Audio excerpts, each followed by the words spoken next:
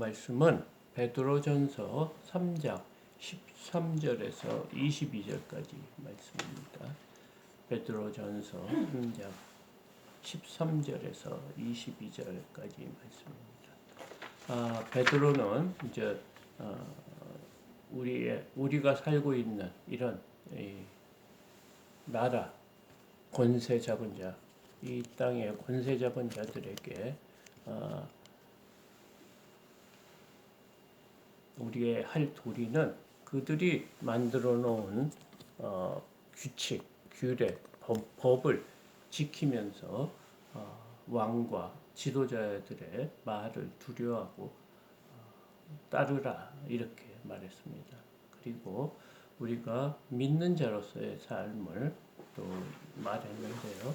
어제는 아내와 남편에 대한 그런 이야기입니다. 그래서 아내들은 자기 남편에게 순종하고 남편들은 자신의 아내를 더 연약한 그릇으로 또 하나님께서 생명의 은혜를 이어받는 자로 귀히 여기라 이렇게 말했습니다. 그리고 이웃에 대해서는 서로 사랑하라.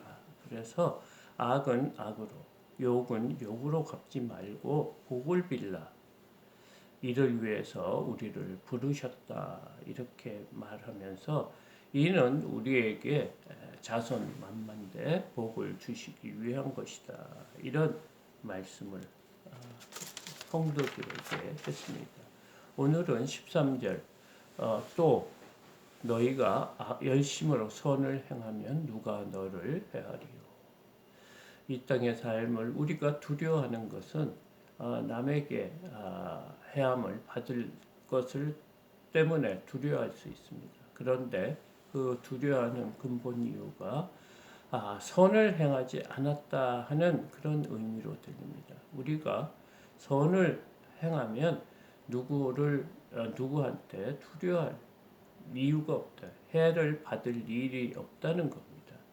14절 그러나 의를 위하여 고난을 받으면 복 있는 자니 그들이 두려워하는 것을 두려워하지 말며 근심하지 말라 이렇게 말하고 있습니다.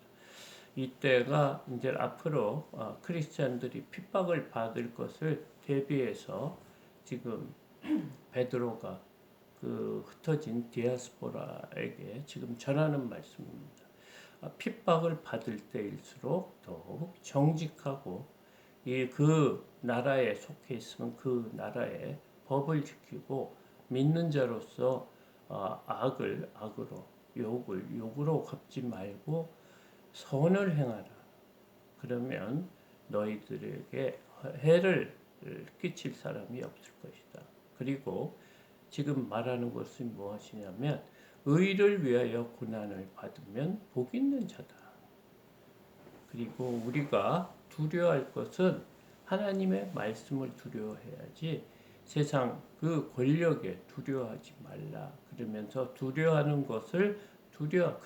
두려워하는 것을 두려워하지 말고요.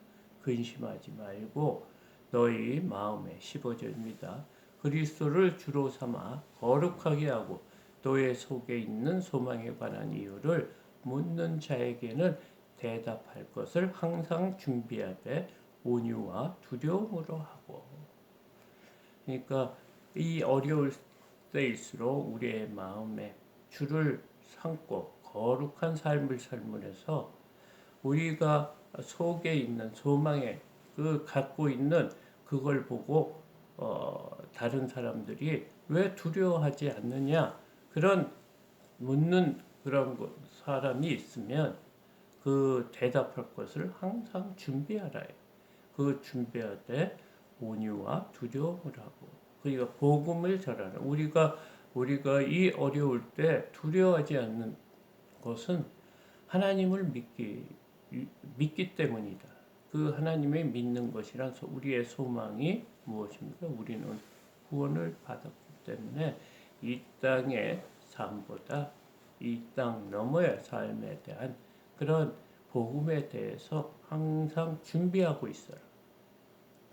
16절 선한 양심을 가지라. 이는 그리스도 안에 있는 너희의 선행을 욕하는 자들로 그 비방하는 일에 부끄러움을 당하게 하려 합니다. 너희들이 항상 선한 양심을 가지고 생활하는 것은 너희가 선하게 사는 것을 욕하는 자들로 부끄러움을, 그 비방하는 일에 부끄러움을 당하게 하려 합니다. 그들이 악을 행하면서 부끄러움을 당하게 하기 위해서는 너희들이 더욱 선한 행실을, 선한 양심을 가지고 선행을 해야 된다. 그래서 욕은 욕으로, 악은 악으로 갚지 말라는 겁니다. 그 이유는 하나님께서 우리의 삶을 다 보고 계신다는 거예요. 그리고 그들이 너희들을 보고 부끄러움을 느끼게 하기 위함이다. 17절 선을 행함으로 고난받는 것이 하나님의 뜻일진데 악을 행함으로 고난받는 것보다 나으니라. 너희가 만일 고난받는 일이 너희들이 잘못해서 고난받는 것이 낫냐, 아니면 선을 행해서 고난받는 것이 하나님 앞에 어떤 것이 더 나은 것이냐. 그러니까 하나님이 기뻐하시는 것은 뭡니까? 선을 행함으로 고난받는 것이 하나님의 뜻이다. 그래서 너희가 악을 행하고 고난받는 것은 그거는 당연한 것이다. 18절 그리스도께서도 단번에 저를 위하여 죽으사 의인으로서 불의한 자를 대신하였으니 이는 우리를 하나님 앞으로 인도하려 하심이라. 육체로는 죽임을 당하시고 영으로는 살리심을 받으셨으니. 지금 우리가 이 고난 받을 때 불평하지 않고 두려워하지 않고 또 욕을 욕으로 악을 악으로 갚지 않고 선한 행실을 해야 되는 이유는 예수 그리스도를 본받아야 된다. 예수님께서 이 땅에 오신 것이 이 땅에서 섬김을 받고 통치하고 다스리려고 오신 것이 아니고 섬기러 왔다는 거예요. 그래서 그분은 억울하게 죽으시면서도 아무 대꾸도 안 하고 도장에 끌려가는 어린 양처럼 잠잠히 계셨다는 그 말이에요. 그래서 그리스도께서도 단번에 저를 위하여 죽으사 의인으로서 불의한 자를 대신하였다. 불의한 자를 살리시기 위해서 제물이 되었다. 이는 우리를 하나님 앞으로 인도하려 구원을 받게 하기 위해서 육체는 죽임을 당하셨지만 영은 살리심을 받아 부활을 하셨다. 이 말. 영원토록 살 수 있는 은혜를 받았다. 19절 그가 또한 영으로 가서 옥에 있는 영들에게 선포하시니라. 그 예수님께서 영으로 옥에 있는 영들에게 선포하신다.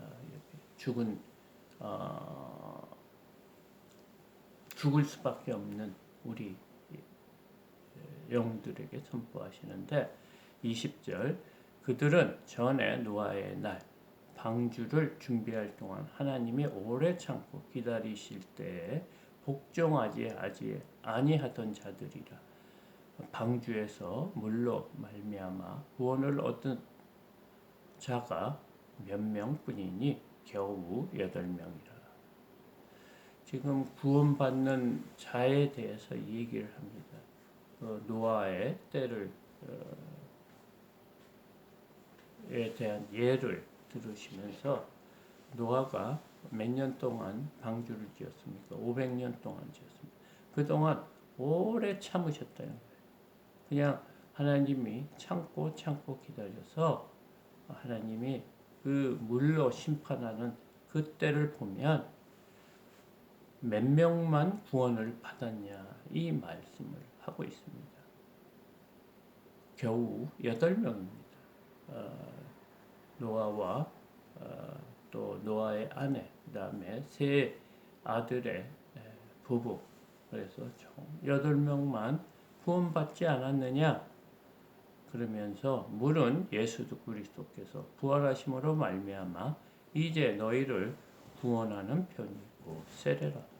그 노아의 방주 때 물로 시험하며 모든 악인들은 심판하신 그 물이 지금은 예수님께서 십자가에 달려 죽으시고 부활함으로써 그 물의 역할, 우리가 죽는 것이 마치 뭐와 같다냐면 세례와 같다는 거예요. 그러니까 우리의 옛사람은 다 죽는 그런 역할을 하는 물의 역할을 했다는 거예요. 그러니까 예전 노아 때 사람들이 다 죽은 것처럼, 의인이 아니고 죄 때문에 죽은 것처럼 다 죽어야 하는데 예수 그리스도가 이 땅에 오셔서 죽으심으로 말미암아 그 노아의 때 죽을 수밖에 없는 그런 지금 살고 있는 영혼들을 살리는 역할을 하고 있는데, 그것이 뭐다? 세례라는 거예요. 세례를 통해서 우리의 옛 모습을 하나님께서 다 기억하지 않고 우리를 살리시는 역할을 누가 한다? 예수 그리스도께서 하신다. 이는 육체의 더러운 것을 제하여 버림이 아니요 하나님을 향한 선한 양심의 공급이라. 우리의 삶이, 우리가 변화되는 것은 육체의 가지고 있는 여러 가지 악한 것보다는 하나님의 그를 사랑하는 우리의 내면이 바뀌는 거예요. 그래서 우리가 거듭난다 이런 말은 무엇이냐? 속사람이 바뀌는 것을 말합니다. 의 속사람이 바뀌어야지 우리의 선한 양심으로 고난 가운데 하나님의 말씀에 순종할 수 있다는 거예요. 22절 그는 하늘에 오르사 하나님의 우편에 계시니 천사들과 권세들과 능력들이 그에게 복종하느니라. 예수님께 하나님께서 모든 권위를 다 주셨다고 그랬어요. 왜냐하면 예수님이 인간으로 이 땅에 오셔서 우리를 위해서 죽으셨고 고난을 받으셨고 다시 부활을 했기 때문에 이 부활의 의미는 장차 우리의 생명을 주신다는 그런 의미도 되고, 앞으로 예수 그리스도께서 우리를 통치하신다, 우리와 함께 하신다, 영원토록 산다는 말씀입니다. 그래서 우리가 구원받는 그 큰 이유 중에 하나는 예수 그리스도께서 이 땅에 오셔서 죽으심으로 우리같이 죄인들이 하나님을 믿는다고 하지만 여전히 죄 가운데 있는 우리를 구원하시는 능력이 된다, 이 말씀을 하고 있습니다. 그래서 베드로는 지금 앞으로 고난과 고통을 받을, 핍박을 받을 그리스도인에게 지금 우리의 정체성, 앞으로 우리가 구원받는데 그 이유에 대해서 지금 논리적으로 말하고 있습니다. 우리가 왜 선행을 해야 되는지, 그 선행에 대한 이유, 우리가 크리스찬으로 이 땅의 삶 어떻게 살아야 되는지에 대한 그 이유를 지금 하나님께서 우리에게 베푸신 은혜를 기억하며 우리가 하나님의 백성으로 이 땅의 삶을 살라고 권면하고 있습니다. 또 이 말씀이 오늘 우리의 삶을 조금씩 바뀌어 나가는 귀한 기준이 되기를 소망합니다. 이것으로 새벽 기도회를